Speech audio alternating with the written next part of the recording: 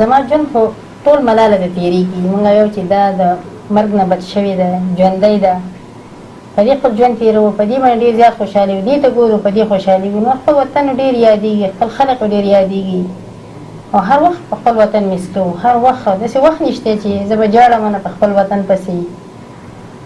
او دلته زموږ سره د ده یو ملګری راغلی او د ده دوست دی، تاسو پېژنئ، ډېر مشهور سیاستدان دی، افرسیاب خټک صاحب راغلی و دلته زموږ سره ناست و. نو ما ته ویل روندار وخت څنګه تېرېږي؟ نو ما ورته ویل اول خو دا خبره ده چې موږ ملاله ته وخت تېروو چې دا ژوندی ده او موږ په دې ډېر خوشحال یو. او بیا چې زه کوم وطن ته لاړه شم دلته وګورم، دې وطن دپاره هم سوال وکړم چې خدای دا په امن کې ساته، زموږ په وطن کې امن راوله. نو هغه راته بیا دا هغه وکړو، یو شعر یې راته ووي چې موږ په پردي وطن کې هم د وطن خاوره ستایو، د وطن مینې موږ سره مسافري کړې. خپل وطن ډېر یادېږي ہر ٹائم. یہ مجھے بتائیے جب آپ بھی یہ باتیں سنتے ہیں، جب میں دیکھتا ہوں، میں نے آپ سے بہت لوگوں سے باتیں کی، آپ سے بیٹھ کھیلا تھا بھی، نظر آتا ہے کہ بہت پاکستان کو مس کرتے ہیں سب کچھ. جب پاکستان میں بھی بہت زیادہ لوگ ایسی باتیں بھی کرتے ہیں کہ شاید آپ نے وہ کہتے ہیں ویسٹ کے ساتھ ہو گئے جی، آلہ بن گئے، ان کے ٹولز بن گئے.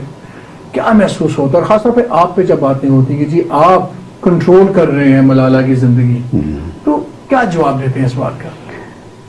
دیکھیے جی، استعمال ہونا، ایک تو میں آپ کو یہ بتا دوں کہ ملالہ ہوں یا میں ہوں یا میری وائف ہے، ہم وہ لوگ نہیں ہیں جن کو استعمال کیا جا سکے. ہم اپنے دل و دماغ، اپنی سوچ، اپنی فکر، سب چیزوں کو اپنے لوگوں اور اپنی وطن کے لیے استعمال کرتے ہیں.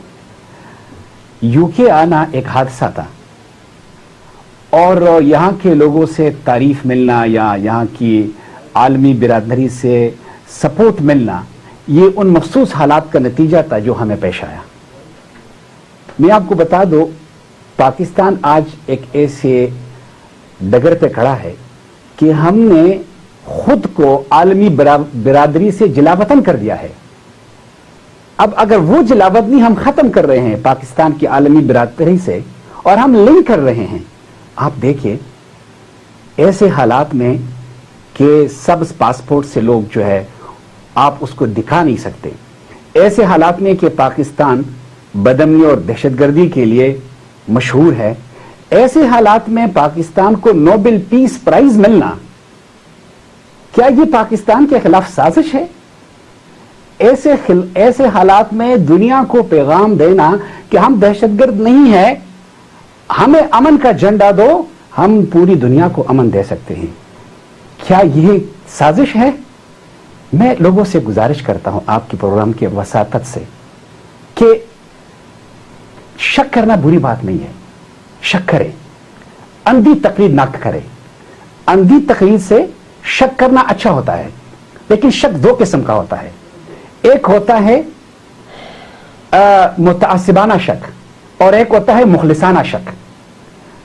اگر آپ تعصب کے شکار ہو کہ بھئی میں نے تو اس بندے کے بارے میں یہ خواہ کتنا بڑا اچھا بھی نہ ہو، اچھے کام بھی کیوں نہ کرے، لیکن میں نے تو اسے غدار ثابت کرنا ہے، میں نے تو اسے کم مسلمان ثابت کرنا ہے، پھر تو آپ کی شک جو ہے وہ تو متعصبانہ ہے. اگر آپ کی شک مخلصانہ ہے، آپ بے شک شک کریں.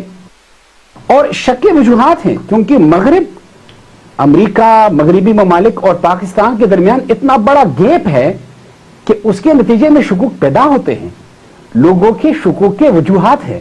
لیکن انشاءاللہ تعالی میں سب لوگوں کا خیر خواہ ہوں، میں کسی کا بدخواہ نہیں ہوں. اور مجھ سے کسی نے پوچھا کہ پاکستان میں کئی لوگ ناخوش بھی ہے اس پیس پرائز پہ، میں نے کیا جواب دیا؟